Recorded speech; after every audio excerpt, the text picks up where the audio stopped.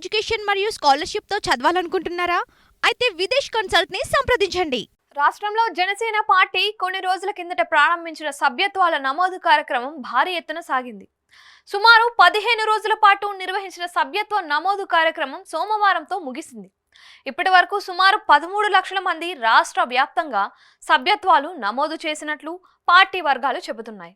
వాస్తవానికి ముందుగా వేసుకున్న అంచనా ప్రకారం చూస్తే 5 లక్షలకు మించకపోవచ్చు అని అందరూ భావించారు. పార్టీ కూడా ఇదే భావించింది. 5 నుంచి 7 లక్షల మధ్య సభ్యత్వాలు ఉంటే సరిపోతుందని అనుకున్నారు. కానీ ఊహించని విధంగా ప్రజల నుంచి స్పందన లభించింది. జనసేన సభ్యత్వాలు తీసుకునేందుకు వృద్ధుల నుంచి యువకుల వరకు ప్రజలు పోటెత్తి మరీ పార్టీలో చేరారు. ఇంతవరకు బానే ఉంది. అయితే అసలు సమస్య ఏంటి అంటే సభ్యత్వాలు ఉండడం ఎంత ముఖ్యమో పార్టీకి కార్యకర్తలు కూడా అంతే ముఖ్యం.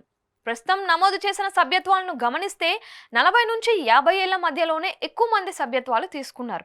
దీనికి కారణం సభ్యత్వ నమోదు కారణంగా ఇస్తున్న ప్రమాద బీమా 5 లక్షల రూపాయలు తమకు మేలు చేస్తుందని ఎక్కువ మంది భావిస్తున్నారు. అందుకే సభ్యత్వాల నమోదు ఎక్కువగా కనిపిస్తోంది. పార్టీ నాయకులు అంతర్గతంగా చెబుతున్న మాట కూడా ఇదే. పైగా వీరంతా రేపు జెండాలు పట్టుకోవడానికి జేజేలు కొట్టడానికి ముందుకు వచ్చే పరిస్థితి లేదు. కేవలం పవన్ వస్తే మాత్రమే వచ్చే యువత వేరు.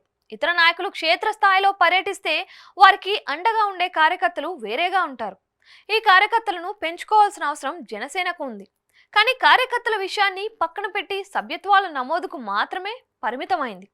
ఉదాహరణకు ఆమ్ ఆద్మీ పార్టీని తీసుకుంటే రాష్ట్రంలో ఆ పార్టీకి 2 లక్షల మంది సభ్యత్వాలు ఉన్నాయి. కానీ ఎక్కడా జెండా కనిపించదు, ఎక్కడా జేజేలు వినిపించవు.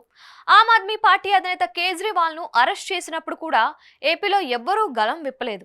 దీనికి కారణం కేవలం సభ్యత్వాలు తీసుకుంటున్న వారి వయస్సు 40 నుంచి 60 మధ్య ఉండటమే. వీరికి పార్టీ అంటే ఒక వైట్ కలర్ పార్టీ అన్నట్టుగా భావించడమే.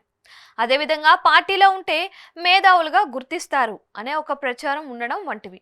అయితే కార్యకర్తలను పెంచుకునేందుకు మాత్రం ఇలాంటి సభ్యత్వాల వల్ల ఎలాంటి ప్రయోజనం లేదు అనేది 2019 ఎన్నికల్లో 2024 ఎన్నికల్లో ఆమ్ ఆద్మీ పార్టీకి స్పష్టంగా తెలిసింది.